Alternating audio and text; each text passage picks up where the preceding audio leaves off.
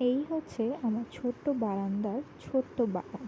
এটা হচ্ছে অলকানন্দা গাছ, যেটার কলি সব ঝরে ঝরে পড়ে যাচ্ছে। আমি জানি না কেন পড়ে যাচ্ছে, তোমরা যদি জেনে থাকো আমাকে একটু সমাধানটা জানিও প্লিজ।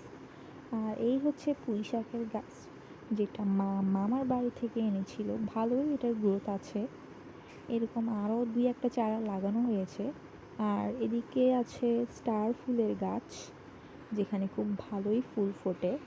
আর রয়েছে তুলসী গাছ। তুলসী গাছ আগে থাকতো না, এখন কিন্তু তুলসী গাছ ভালোই আছে।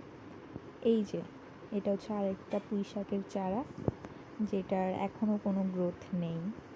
আর এদিকে রয়েছে একটা হলুদ গাছের চারা, এখানে কাঁচা হলুদ দেওয়া হয়েছিল, তো ওটা থেকে একটা চারা বের হয়েছে। আর এটা হচ্ছে মিষ্টি কুমড়ার চারা, আমি এখানে মিষ্টি কুমড়ার বীজ দিয়েছিলাম, তো ওটা থেকে একটা চারা বের হয়েছে। এদিকেও একটা দিয়েছি, তো এখান থেকেও বের হয়েছে। আমি আপডেট তোমাদের কিন্তু অবশ্যই শেয়ার করব।